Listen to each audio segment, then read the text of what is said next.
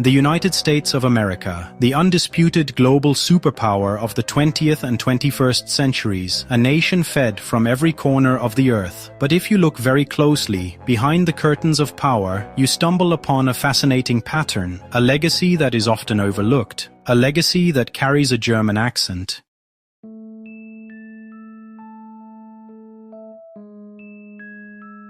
The architects of American capital, names that remain synonymous with wealth and influence to this day. John D. Rockefeller, the oil tycoon. His father was German-American. Andrew Carnegie, the steel magnate, born in Scotland, but his fortune was managed by bankers like J.P. Morgan, whose father was a business partner of the Rothschilds, a family whose name originates in the Judengasse of Frankfurt. The Rothschilds themselves, perhaps the single most influential banking dynasty in history. Their roots are unquestionably in Germany. Are these mere coincidences, isolated success stories, or does this point to a pattern, a network built on a shared cultural and economic foundation?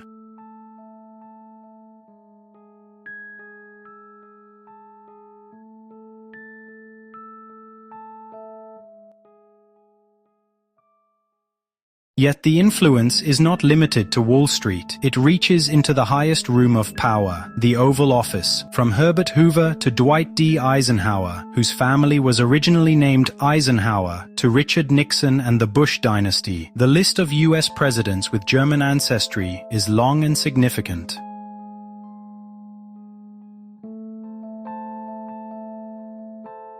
And then there is Donald Trump, the 45th president. His grandfather, Friedrich Trump, emigrated to America from the small village of Kallstadt in the Palatinate region, a man said to have made his starting capital in the gold rush towns. From a Palatinate immigrant to the most powerful man in the world in just 3 generations.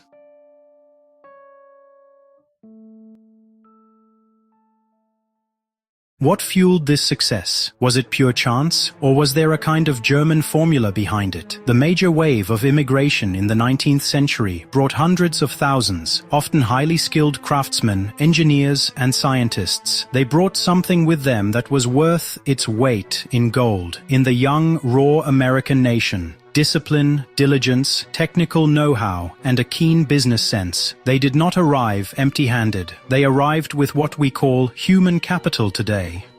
And they used it to build something from scratch in the New World, or, as some would argue, to infiltrate and take over existing structures of power.